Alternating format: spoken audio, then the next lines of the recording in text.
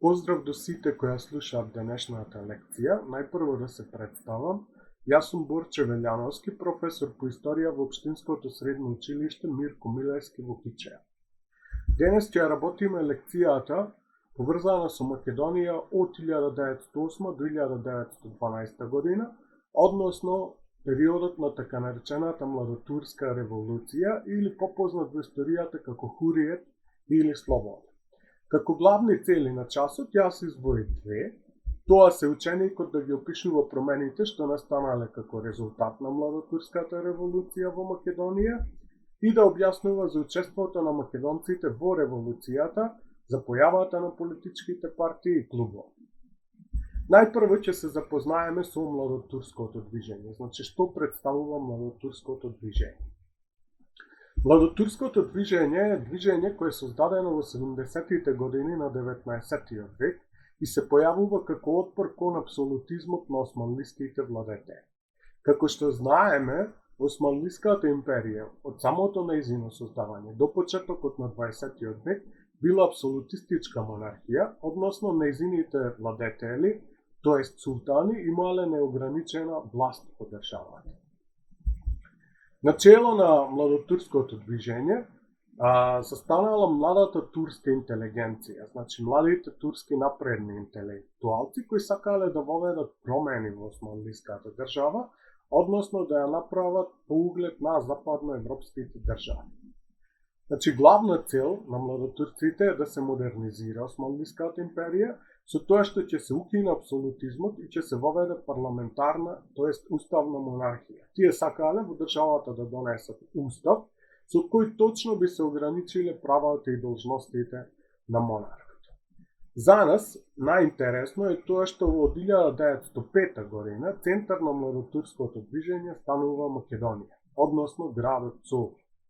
Значи, младотурците најсилни во тој период се на територијата на Македонија, односно Балканот, додека така наречените старотурци, оние кои сакале работите во Османлиската империја да останат такви какви што биле до тогаш, предводени од султанот Абдулхамид II, најсилни биле на територијата на Анадолија, поточно Мала Азија, односно нивни центар бил Цариград, односно денешен Истанбул. Да видиме кои се клучни настани во Младотурската револуција. Како повод за Младотурската револуција се смета иницијативата на големите сили за автономија на Македонија. Значи, младотурците кога ја согледале опасноста од оваа иницијатива, тие се ги забрзале подготовките за враќање на уставноста во земјата, за да се избегне меѓународното вмешување. Ако се сеќавате од претходната година, во 1908 година во Ревел беше одржана средба помеѓу рускиот цар Николај II и британскиот крал Едвард VII, на кој што една од темите за кои се разговарало било тоа да и се даде автономија на Македонија во склоп на Османлиската империја. Поради ова, младотурците се им плашиле дека ќе ја изгубат нивната главна база и ова представува почеток на Младотурската револуција. На 3 јули 1908 година се одметнува командантот на турскиот гарнизон во Ресен, Ахмет Нијази бек. Значи, според това можеме да кажеме дека Младотурската револуција започнала токму на територијата на Македонија. Најпрво биле ослободени територии во Западна Македонија.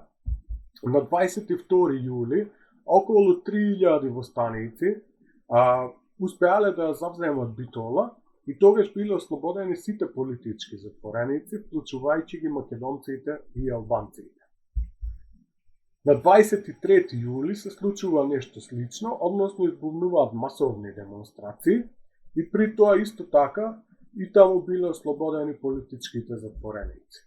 На 24 јули султанот Абдулхамид II, уплашен од младотурците кои веќе дошле пред Цариград, го враќа уставот од 1876 година и распишува избори. Како што имаме учено претходно, вие треба да знаете дека во 1876 година во Османлиската империја бил донесен устав, но за жал овој устав траел само кратко време, односно траел до почетокот 1877 година, кога истиот султан, за кого што зборуваме сега, Абдул Хамид II, решил да го укине овој устав и повторно да го врати назад апсолутистичкиот начин на владење. Султанот не сакал толку лесно да се откаже од власта и на 13. април 1909 година, подржан од неговите приврзаници, во Цариград била извршена контрареволуција. Значи, во неја учествувале султанот Абдул Хамид II и старите феудални реакционерни сили. Сепак, младотурците успеале да се реорганизираат и со помош на доброволци од Македонија успеале на 24. април да ја совладаат контрареволуцијата, а султанот Абдул Хамид II бил натеран да абдицира. На негово место за владејател на Османлиската империја бил поставен неговиот брат Мехмед V. Да видиме на кој начин е младотурската револуција поврзана со Македонија. Значи, со младотурската револуција настанале значајни промени во општествено-политичкиот живот во Македонија. Изфрлената парола за слобода и еднаквост меѓу сите граѓани извршила силно влијание и придонела револуцијата со симпатија да биде прифатена кај населението. Значи, тогаш се појавува една соработка помеѓу македонското револуционерно движење и младотурците. Во 1908 година била донесена така наречената Неврокопска програма. Тоа е документ за соработка помеѓу Револуционерниот комитет на Македонската револуционерна организација и Младотурскиот комитет. Македонската револуционерна организација под раководство на Јане Сандански била преименувана во Македонско-Одринска револуционерна организација и од тогаш е позната под името МОР. На 1. август 1908 година МОР упатила апел до сите народи и народности во империјата. Во овој апел се барале неколку работи. Остварување на елинденските идеи. Елинденските идеи се значи добивање на автономија на Македонија во склоп на Османлиската империја, децентрализација и автономија на Македонија и барање за легално политичко дејствување на Македонско-Одринската револуционерна организација. Односно, Македонско-Одринската револуционерна организација барала начин како да добие своји представници во ново формираниот османлиски парламент.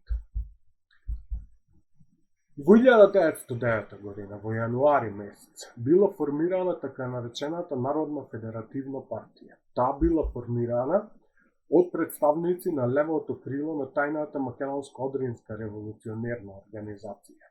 А пред се тука како водачи на Народната федеративна партија се појавуваат Христо Чернопеев и Јане Сандански. Главното политичко барање на Народната федеративна партија било Македонија да добие државно правен статус на самоуправна област во децентрализираната федеративно уредена Отоманска империја. Значи, Народната федеративна партија барала Македонија да стане федерална единица во Отоманската империја. Со тоа сметала дека преку трансформацијата на Турција во федеративна држава ќе се намалат притисоците на соседните држави кон Македонија. Односно, ќе се намалат нивните апетити за завземање поделна на Македонија. Народната федеративна партија посебно се залагала за решавање на аграрното прашање, односно барала земјата да се одземе од големите земјопоседници и да им се подели на селаните. Исто така се залагала и за бесплатно основно образование кое би било независно од пропагандите на соседните балкански држави. Односно, Народната федеративна партија барала на територијата на Македонија да се отворат македонски основни училишта, наместо до тогашните српски, бугарски и грчки училишта кои постоеле на територијата на Македонија. За жал, младотурците не ги исполниле овие барања на Народната федеративна партија и во август 1910 година донесле еден указ со кој било забрането дејствувањето на политичките партии во Османлиската империја, со тоа било забрането и дејствувањето на Народната федеративна партија. Со ова, практично младотурците се вратиле на стариот начин на владење, односно на апсолутистичкиот начин на владење. Да видиме кои се заклучоци од лекција. Значи, најпрво, младотурците ги изневериле очекувањата на македонскиот народ, не ги оствариле оние желби на македонците да добијат автономија во склоп на Османлиската империја. Исто така, младотурците, како што кажавме, се вратиле кон стариот начин на владење, односно кон апсолутизмот. Со тоа ги зголемиле апетитите на соседните држави за завладување и поделба на Македонија. Значи, како што знаеме, во 1912 година започнале така наречените Балкански војни, после кои Османлиската империја била протерана од Балканскиот полуостров, а територијата на Македонија била поделена помеѓу соседните држави. Планот на младотурците преку ликвидирање на апсолутизмот, но без радикални реформи во економско-општествениот систем, како што биле аграрната реформа и друго, да ги придобијат широките обесправени незадоволни слоеви во Македонија и пошироко на Балканот и да ја спасат државата од неизбежен распад, се покажал нереален. Ви благодарам на вниманието.